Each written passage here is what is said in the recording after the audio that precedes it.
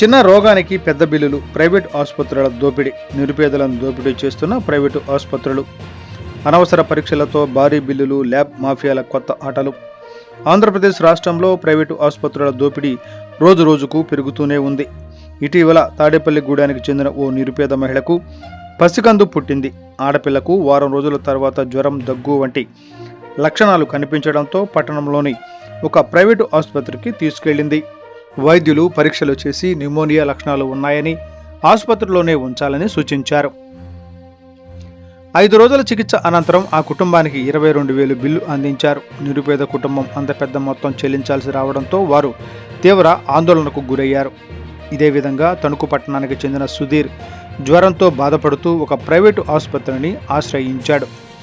వైద్యులు dengue, malaria, typhoid complaint, blood picture వంటి అనేక పరీక్షలు చేయించి 2,500 వరకు వసూలు చేశారు. అంతేకాకుండా డెంగీ లక్షణాలు ఉన్నాయని 4 రోజులు ఆసుపత్రిలో ఉంచి చికిత్స పేరుతో 25,000 వసూలు చేశారు. ఇటువంటి ఘటనలు ప్రస్తుతం భీమవరం పరిసర ప్రాంతాల్లో జరుగుతూ ఉన్నాయి.